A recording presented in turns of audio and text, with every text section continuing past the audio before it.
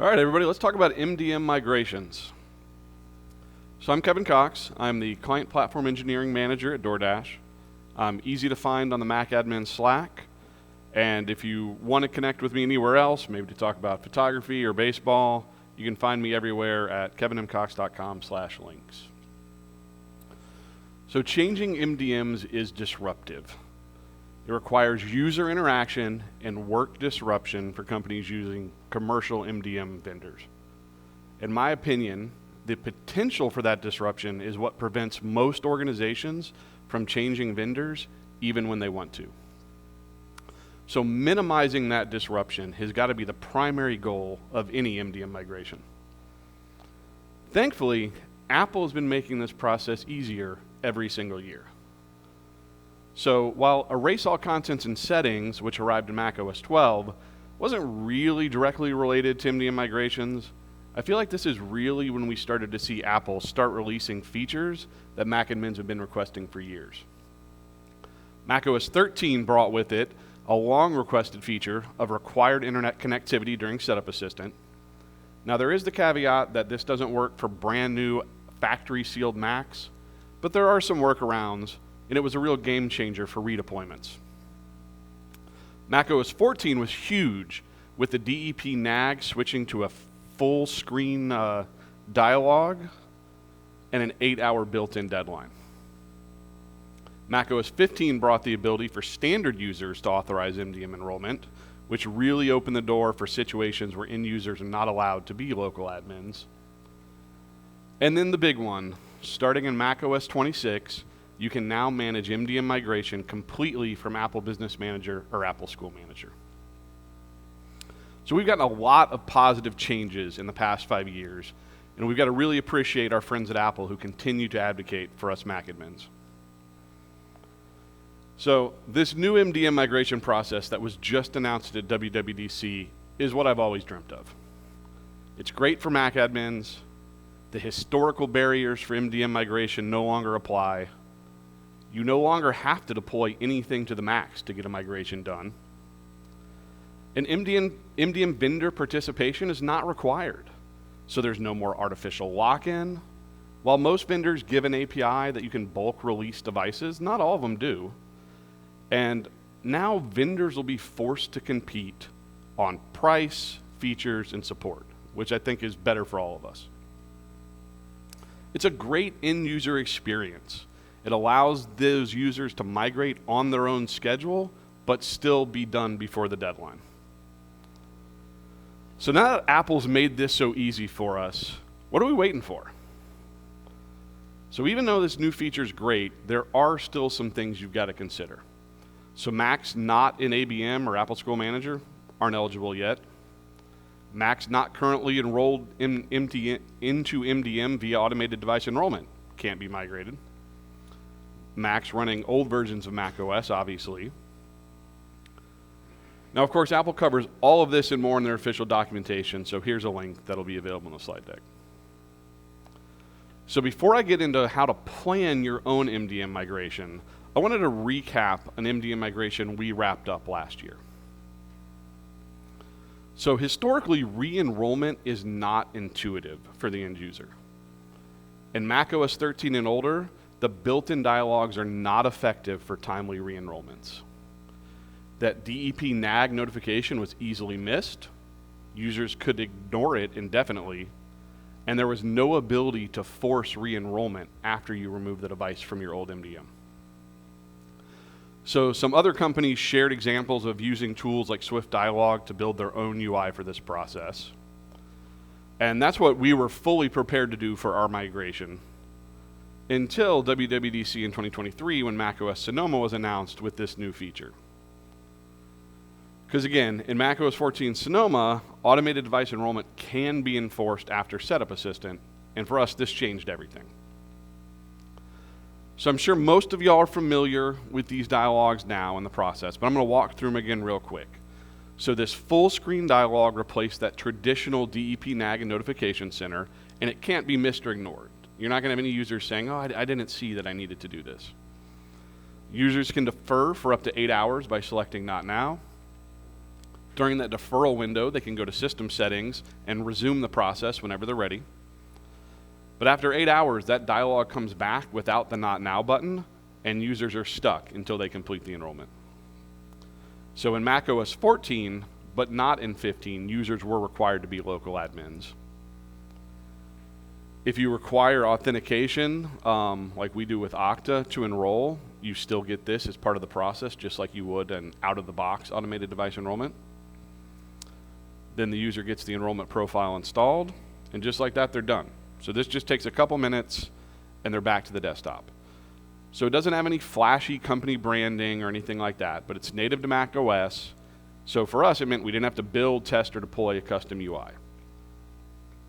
But there are some trade-offs. That native dialog didn't come without those. So one question we tried to answer was, could we give users a choice to migrate on their own schedule?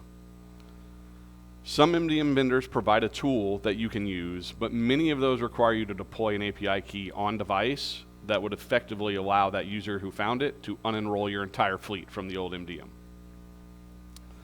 So we did build a proof of concept back then to try to use CI/CD as an intermediary for that, but we ultimately didn't utilize it at the time. And we decided that we didn't have the time to mix a custom UI with the new built-in dialog and solve the security concerns by our deadline. So we just stuck with that native UI. So there's also some limitations to this one. It must be purposely launched in an MDM migration scenario. Simply unenrolling a Mac and changing MDM assignments in ABM wasn't enough to trigger it back then. Of course, now with macOS 26, we get that. If the user defers, that dialog didn't come back until 8 hours later, and at that point they were stuck. So you gave them one notification and hoped they remembered to do it. You had to get everybody to macOS 14 at least, which is another situation you'll see if you're trying to use macOS 26, of course. The devices must be an Apple Business Manager, similar to now. And so to work around those limitations, we needed to build our own logic to try to craft that user experience. So communication is key. I can't stress that enough. We'll talk about that again here in a little bit, but we started by coordinating with our internal comms department. We had this mentioned at a company all hands. We sent out a company-wide email, company-wide Slack. We had a detailed FAQ that was updated as we got new questions we hadn't previously thought of. We provided detailed screenshots for every dialogue the end users would see as they went through the process. We had a dedicated Slack channel that we had to monitor with help from our service desk for support. And then we had an IT bot that sent direct messages to people on Slack to communicate scheduling, provide instructions, confirm completion, and remind people on an individualized basis. So we addressed users by name, we specified the serial number we were talking about to try to make it really clear. So we use Nudge for macOS upgrades. So the bulk of the fleet was on Sonoma long before the migration began. But for those who had slipped through the cracks, we had to notify them that they needed to get upgraded, and then we let their manager know if they weren't complying. So we notified users days before they were scheduled to migrate with direct messages. We added them to that support channel, helped them find documentation, and gave them the chance to ask questions or request to migrate earlier or later. We then reminded them an hour before it started. We informed them when the process was starting, and we thanked them when they were done and kicked them out of that Slack channel. So we tried to keep the messages brief and to the point, and we wanted to keep it friendly. So we used a lot of emojis and tried to keep it light.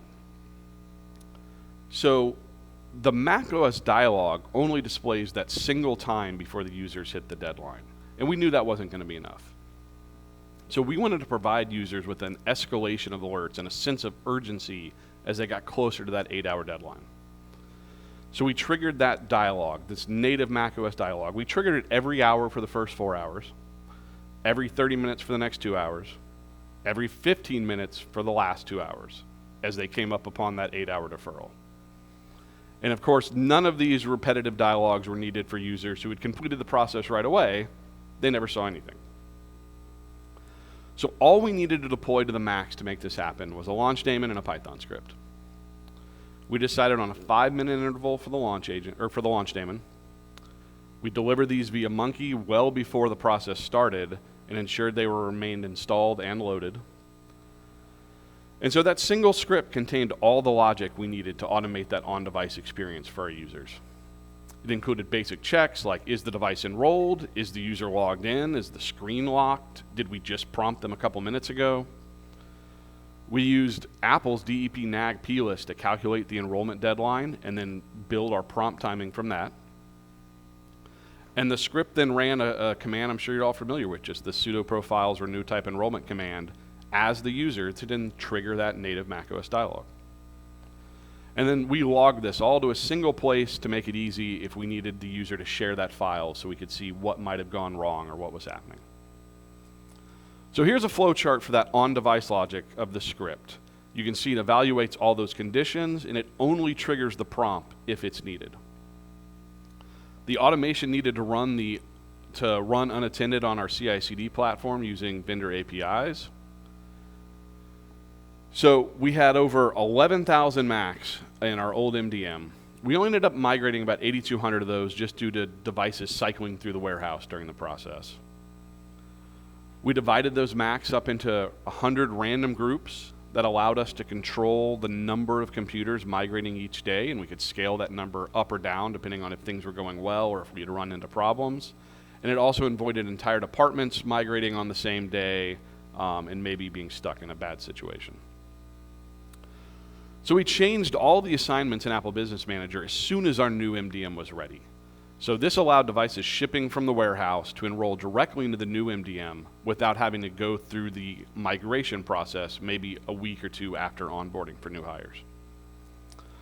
We had around 25 devices that weren't in ABM. I think we were pretty lucky compared to some folks I've talked to. So we exempted those from the automation and we just bought those users brand new Macs. And of course we did lots and lots of testing. So here's a look at this automation process.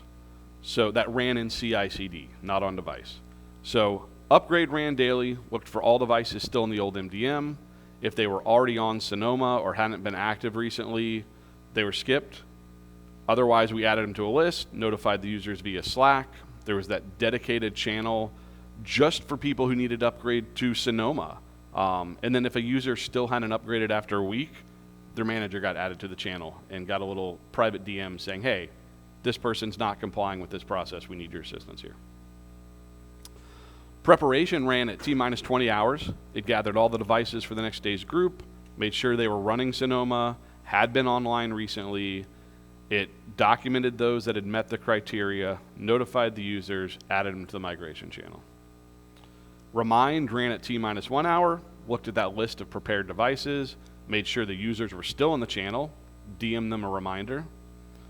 And then Start Migration took that list of prepared devices, once again made sure they were still in the channel, put them back if they weren't, sent them another DM to say, hey, this is happening now. It then unenrolled them from the old MDM, logged the timestamp so we could be tracking that. And then completion ran hourly during all of this. It took that list of unenrolled devices that had not shown up in the new MDM yet and make sure they had now. When a device was found, we logged when the new enrollment time happened. We thanked the user via DM, kicked them out of that channel, and they were done. And then the follow-up process looked for devices in limbo, so that were unenrolled from the old MDM, not yet in the new one. It made sure those users were still in the Slack channel, sent them another DM saying, hey, please complete this process for us. So what kind of results did we see from this? So we had 100% of active in-use devices migrated. 99% of total devices that we expected to migrate got migrated. Users on leave, those who had a new Mac and hadn't returned their old one account for that remaining 1% of the total devices. By the end of week 3, we had 93% of the fleet migrated. We had to unenroll 129 manually where our automation failed and just something didn't kick it out of that old MDM like it was supposed to. We also had then some of these users were ones who messaged us and said, hey, I'm scheduled for this tomorrow. Can I go now? And yeah, sure. We'll go manually unenroll you and you can start the process. We had a dozen Macs that were unenrolled and didn't complete the migration by the time we were done. So we just locked their Okta accounts and said, all right, they'll have to reach out when they want to get back to work. And then we only had one person who was truly upset with the whole process. So here we can see that progress during those first 3 weeks that got us to 93% migrated. Week 2 was the big one. We went from 1,000 devices to over 6,000 migrated in 4 days. The graph of this timeline from start to finish is much less interesting. You can see this project had a really long tail on it as we tried to track down those remaining stragglers. And so one of the key metrics we needed to track was how much time devices spent in that unmanaged state. The automation recorded the time when we sent the unenrollment command, and then it looked at the new MDM to see when it got enrolled. So we clocked our record enrollment at 35 seconds, and this was not someone in IT. This was a person who was ready, they got that notification, and they got it done. Our slowest enrollment was 171 days, but this was an employee out on medical leave. But as soon as they came back, that launch daemon kicked in right when they returned. They had no trouble. They got enrolled, didn't need any help. In the end, we averaged around 24 hours across the global fleet. So when you take time zones into account, because of course we were kicking this process off in US time, we were happy with this number. So we calculated the duration from when that unenrollment command was sent and not actually when the device enrolled it. So if a device was off when we scheduled it for an enrollment, we would have a longer time on our tracking here. So 28% of our devices were re-enrolled within 5 minutes, 50% were re-enrolled within 15, and 89% by that 24-hour mark. But those remaining 10% of devices that took longer than 24 hours take a really, really long time and threw our average all off. So I wasn't kidding when I said we only had one angry user. For the most part, users just went through the process quickly without the need of any help. They only had positive things to say. When we did get positive feedback, we made an effort to recognize it and amplify it. For example, we'd pin it into that dedicated Slack channel. And it was great to see things like emojis piling up with, thank yous and things like that. Plus ones, other reactions. When users left the channel, when users left feedback like this in that public channel, it not only made the team feel good, of course, but I think it also helped make other users slow down, read the documentation before stressing out and getting all worked up. When they saw others talking about how simple the process was, it's kind of a calming effect, I think. So what are the lessons we learned from this that will hopefully help y'all? What worked well was knowing the what, why, when prepared leadership to intercede in case of any problems, which thankfully we didn't need. Having frontline IT support like the service desk in the loop allowed them to handle routine requests and allowed the CPE team to focus on the overall process. And our executive support lead went above and beyond on this, couldn't thank him enough. Having allies outside of IT sharing their experience went a long way to set the tone in that public channel and other members of their teams who they talked to. And so the vast majority of users were not surprised, and they directed those who were to documentation and even answered basic questions themselves. So there were some people who were skeptical at first of the forced schedule. It really did help keep things on track in the long run. So what didn't work? So letting users self-manage their migration for iPhones and iPads didn't go well. So iPhones and iPads require a wipe if they're not on iOS or iPadOS 26 yet. So we took a different approach with these users. We gave them the instructions, we gave them a different dedicated Slack channel, and we gave them a deadline. Only 26% of those users had completed the process by the deadline, and only 87% had completed it by the time our old MDM contract expired. We also had unclear communication with our secondary stakeholders, and that was our fault. We didn't set clear expectations with all of those cross-functional partners about sorry, I had a pop-up there, We didn't have clear communication, which led to some confusion and a little conflict I wish we had avoided. So what could we have done better? We focused on communicating via Slack because the vast majority of our employees don't check email often, but there are always those who do, so we should have tried harder to meet users where they were. We could have started on the technical components of this much sooner. Since renewing the contract with our existing vendor was a real possibility, we kind of waited longer than we should have to begin building out this automation process I told you all about. So with all those lessons learned, let's get to the thing y'all really want to hear. Let's talk about what goes into planning an MDM migration so y'all can maybe do one yourself. So I think a key here is putting the effort into this preparation will go a long way towards a smooth execution. So before you even begin, you need to establish what is it that you hope to get out of an MDM migration. Are you looking to save money? Is your current vendor maybe slow to support the latest Apple features and you're getting kind of tired of that? Maybe you need better support. Make sure you define clear goals before you begin the RFP. So next up, you got to outline that schedule. So something to think about, outside factors, like maybe the contract's about to expire on your current vendor. Do you have a required notification period with them that you need to notify them 90 days if you're not going to renew or something like that? Don't miss that deadline because that could be costly. And can you go month to month if needed if you're a little behind schedule? Be realistic about how long this process will take. As always, under-promise and over-deliver. And then take other projects into account. What else might require your team's attention during this process? And how about those other stakeholders that you need support from? What do they have going on that might not let them focus on this? And then always be flexible and be prepared for this timeline to change as you go along. So once you've got your goals defined and you've got a schedule in mind, time to conduct that RFP. When we did ours, we talked to 10 different MDM vendors.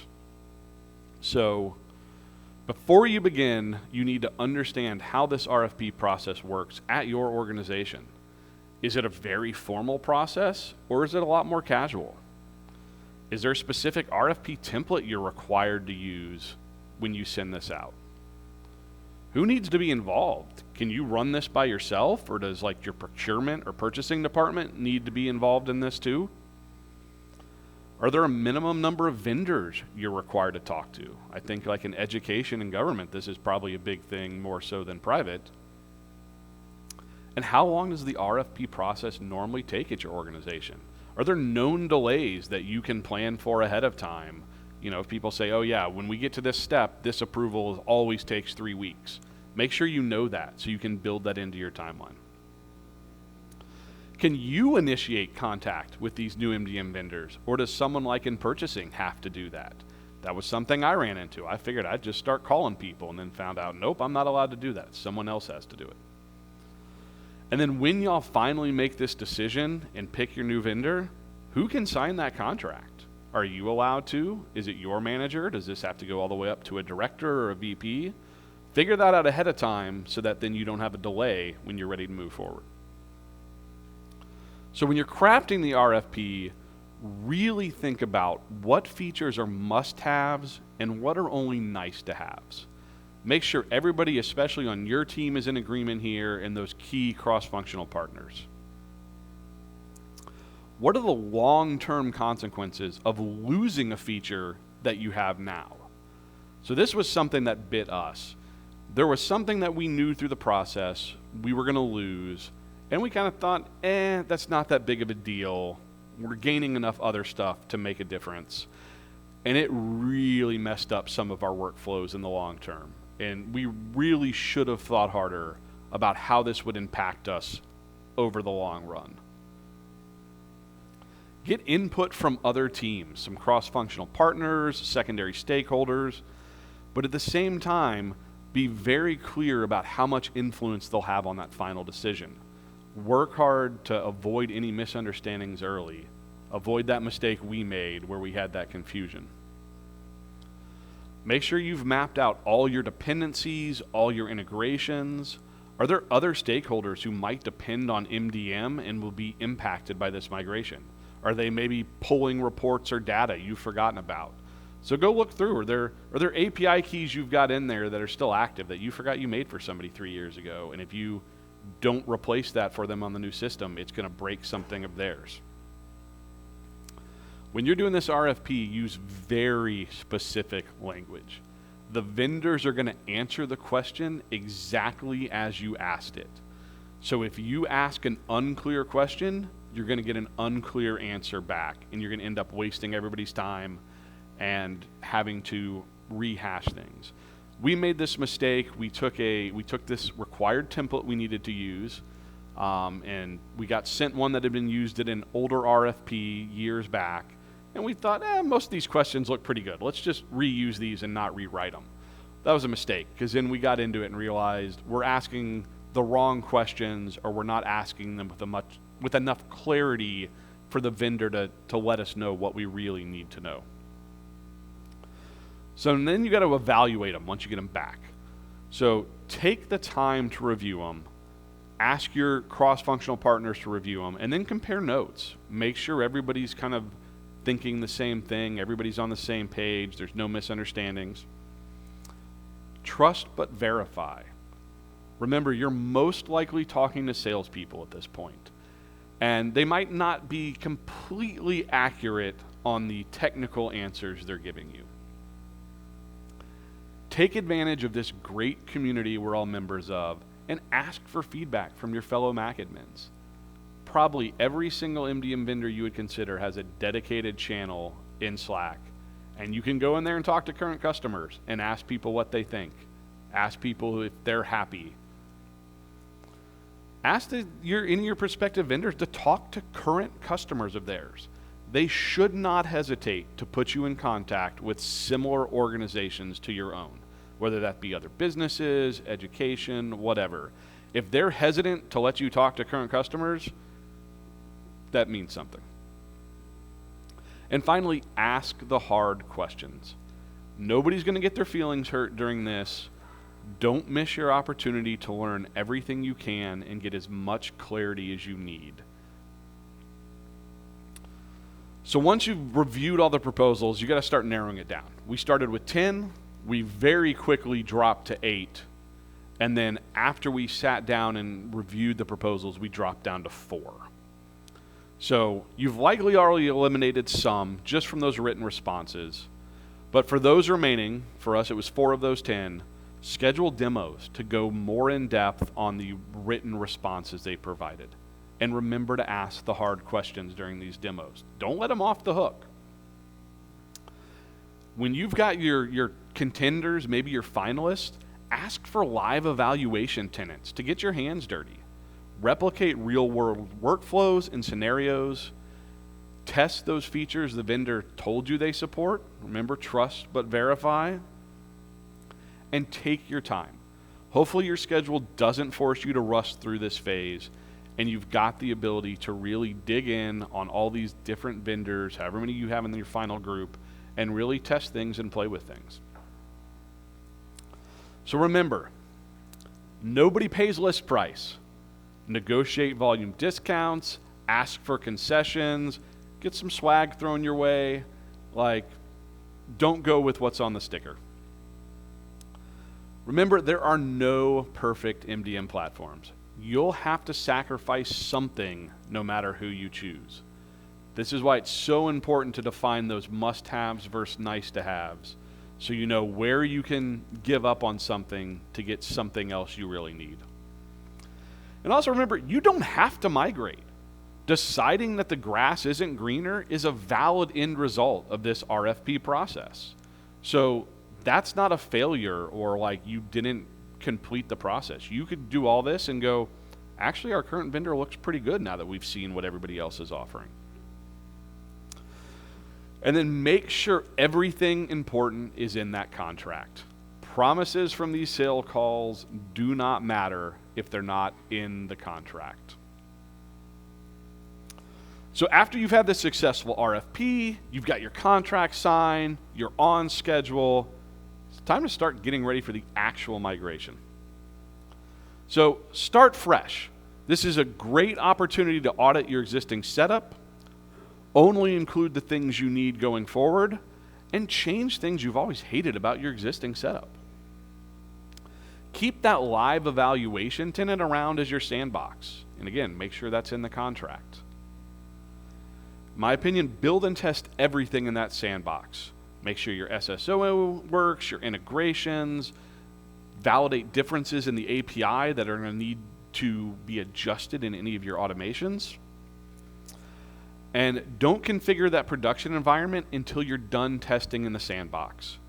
I know this sounds like extra work you'll have to duplicate later, but it allows you to really experiment without making a lot of changes you'll later have to reverse in that production environment. So other considerations. If you use your MDM for third-party app deployment and patching, can you seamlessly transfer to the new vendor? Does it work the same way? Do they support the same apps? If you escrow file vault to MDM, Apple has that covered with this new migration feature, but if you're on older OS versions not using this new feature, check out Escrow Buddy. Does your new vendor handle custom configuration profiles the same way, or will you need to rework them? Some vendors, you upload a full mobile config. Others, they just want the XML payload portion of the mobile config. So you might have to spend some time reworking these. And is anyone else, like other stakeholders or partners, depending on custom reports that are coming out of your MDM? Make sure you can still support them and get them what they need. So these tips coming up are obviously just my opinion, and they might not be possible for all organizations, but they're things I always strongly recommend. Avoid the GUI for configuration profiles. MDM interfaces are notorious for including configurations you didn't intend to include. Specifically, the restrictions profile is known for doing this a lot. Custom config profiles allow you to be fully in control, but unfortunately this isn't possible for everything like new DDM declarations. I'm a big proponent of decoupling as much as possible from MDM. By using standalone systems, you reduce the number of changes and variables required when you do an MDM migration. And there's likely free or open source tools that do a better job than the MDM for many things. So for example, Monkey and Auto Package for app deployment and patching, Crypt for file vault key escrow, Monkey Reporter Sal for reporting. So at the beginning of the presentation, I outlined this new process and how it'll be super easy in just a few months thanks to Apple and macOS 26. But that will require your fleet to be in that ideal state. So easy mode does have a few requirements. macOS 26 is one, and it's still in beta, so start testing now and file that feedback with Apple. You've got the ability to influence what the end state will be. Your Macs have to be an Apple Business Manager or Apple School Manager. They've got to be currently enrolled in MDM via automated device enrollment. And the Mac has to have them, if the Mac has a managed user, most of them should, that's the user that has to complete the migration. If there's not a managed user, any user can complete it. And if you need help determining if your Mac has a managed user, Rich Troughton's got a good blog that covers this, which I've got a link in the slide deck. And again, here's the link to the official Apple documentation, which I think got updated this week. When I was reviewing my slide deck, I noticed some sections that I don't think were there last week. So if you can use easy mode, let's take a look at what that's going to be like. So this is already live in Apple Business Manager, Apple School Manager for everybody. So you can go start checking this out now. So you start by assigning devices to a new MDM like usual, but now you can assign a deadline for Macs that are running macOS 26. And ABM knows this. It's not going to give you the option to set a deadline if it's on an older macOS version. After confirming it, you see the deadline there in UI. But one thing to note is that currently, even though device enrollment managers can assign deadlines, they can't see it afterwards. That's limited to admins. I'm assuming that'll change eventually, but that's the state at the moment. So on device, the dialogues look very similar to what we're used to for the past couple of years that started in macOS 14 and we looked at a little bit ago. After that migration deadline is set, users receive notifications to confirm re-enrollment with more frequent notifications leading up to the deadline. Notifications are displayed daily and then hourly 24 hours before the deadline. And for that last hour, the user is notified at 60, 30, 10, and 1 minute before. And all of that happens natively with no custom tooling needed like we had to design back for our MDM migration last year. So let's look at the reasons you might not be able to use this easy button. All of these variations will require different solutions. There's no one solution here. So maybe you can't wait until macOS 26 is released. Maybe after it releases, you've got devices that can't upgrade to 26. You've got Macs that aren't in ABM. You've got some that are manually enrolled into MDM, or other scenarios that no one has discovered yet. So again, please start testing macOS 26 today if you're not already and file feedback. So if you've got Macs that are on macOS 14 at least, and you can't wait for macOS 26, they are an Apple Business Manager. You can still take advantage of that full screen dialog and that 8-hour deadline. You'll just need to deploy a script and a launch statement like we did in our migration. Users still get those native macOS dialogs and the built-in deadline. So what about older Macs or ones that aren't in ABM or manually enrolled? Still running 13 or lower. You're going to need to develop and deploy an on-device UI to guide users through this migration.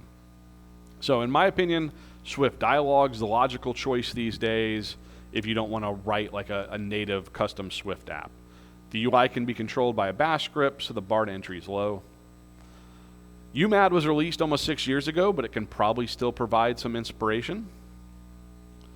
And you can combine the two methods mentioned above if you want to level up MDM migrations for macOS 14 and 15.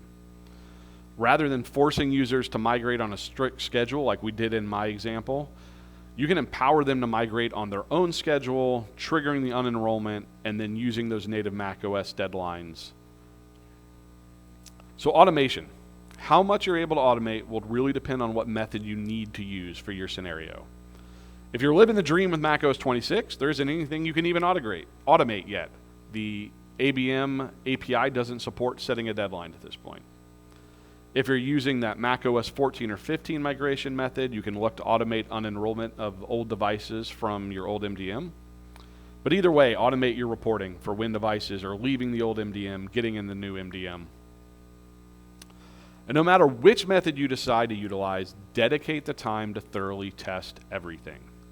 You should be absolutely sick of moving Macs between MDMs when done. Look for edge cases, think about worst case scenarios. Make sure your integrations and your automations are interfacing with both the old and new MDM during the migration. You need that data from two places now.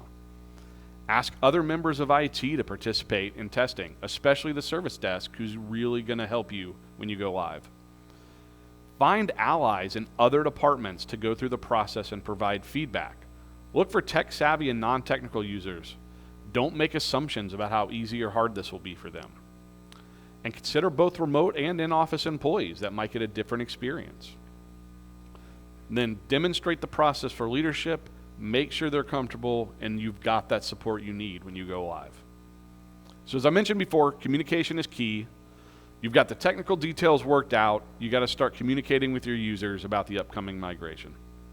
So utilize your internal communications department if you've got one. Meet users where they are, Slack, email. Y'all are the ones who know what your users are going to respond to the best. Provide detailed documentation and FAQs. Don't forget about prompts users may get during their time in limbo. You may have things like EDR that suddenly break when their network extension disappears, and that could generate a pop-up on device. Outline a clear timeline for this migration. Explain not only what's happening, but why. Give your users a reason to want to help get this done on time. And of course, make it easy for them to ask questions and get help. So now it's go time. So change those default assignments in Apple Business Manager to the new MDM as soon as your production tenant's ready. This avoids making those new hires go through a migration on week 1, 2, or 3 of their employment. Reassign all the devices in ABM to the new MDM. For macOS 26, you can set the deadline, and this will start making things happen right away. But remember, for older macOS versions, changing this assignment doesn't do anything on device. So you can do this when you're ready, just to be ahead of the game. And then kick off those automations that will facilitate the migration for those older Macs. And then be ready to provide that support. So you'll want to measure results not only to track your progress, but also later report to leadership how successful you were. Some ideas of things you might want to track: how many devices migrated per day, how long did they remain unenrolled, how many users required support to complete it. Think about other metrics your leadership's going to want to know. I mean, ask them. What are they going to want to hear from you afterwards? And then wrap it up. Once all your Macs are migrated, it's time to wrap things up. Disable any integrations or automations still accessing that old MDM. Remove the old MDM out of your Apple Business Manager or Apple School Manager.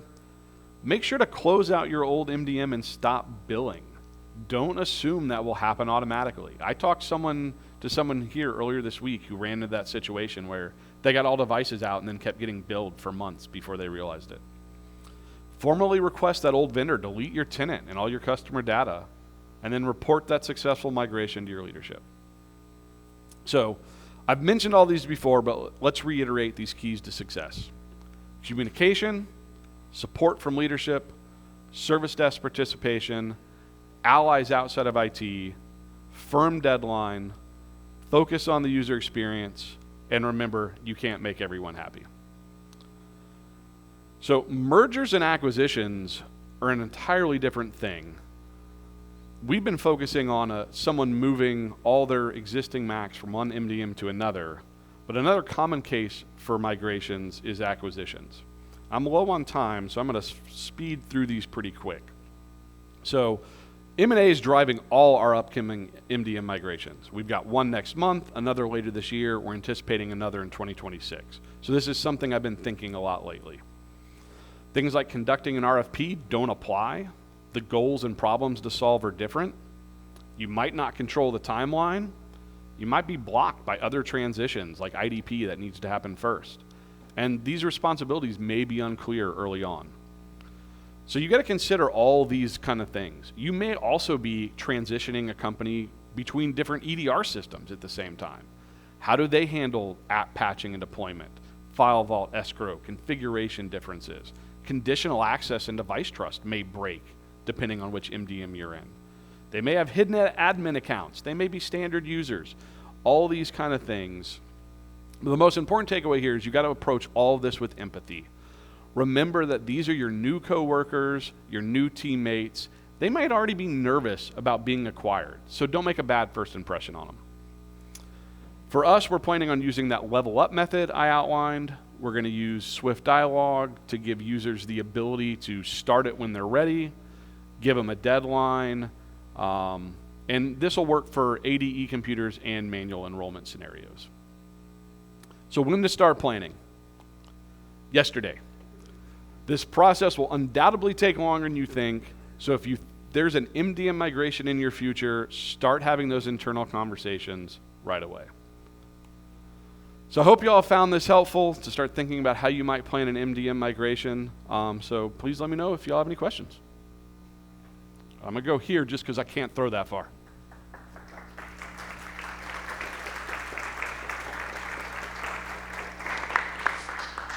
Excellent presentation. Thank you very much. One quick question about the overlap period where you have the two MDMs going, right? Did you find your change management process to be difficult for your techs to make sure one thing, when a change was made in MDM 1, make sure the equivalent change was made in MDM 2? And did you run into any gotchas with that? Yeah, we made the decision to basically freeze the old MDM once the migration started. So any configuration changes or anything only happened in the new one. So that avoided needing to make changes in two places. But there was confusion for like service desk when they'd get a ticket and then they'd have to log into one and see, is this Mac here? Oh wait, no, it's in this one. So yeah, that definitely happened. I think you mitigate that a little bit in your scenario because you use other products like Monkey for a lot of the things. But for people that do everything in their MDM, correct, that could be more of a trick. Yeah, and Monkey also helped because that stayed running and functional the entire time. Exactly. So we could always do things on device that way, even if they were still unenrolled. Yeah.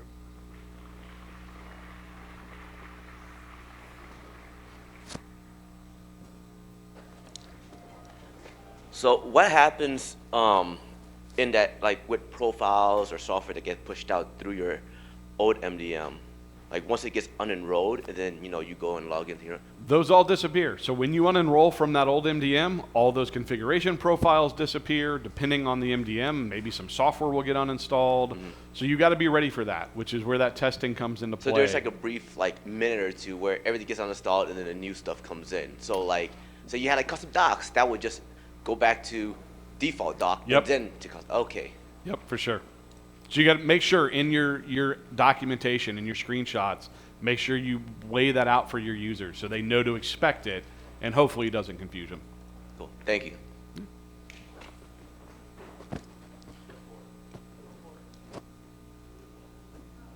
Nice catch. There you go. Did you have like a period where you started with like net new devices in the new MDM before, to prove that you had all your engineering was done validated? Yeah, as soon as the production tenant was ready in the new MDM, we changed our default assignments in Apple Business Manager. Right. So those new purchases went straight to the new one, which was just another extra level of comfort in making sure it was ready. So yeah, I suggest doing that. As soon as that new tenant is ready, point your new purchases to it. And did you have to deal with VPP apps at all? We do not do any VPP apps on Mac. For the iPhones and iPads we did, but on Mac, Monkey does everything. All right, thanks, y'all.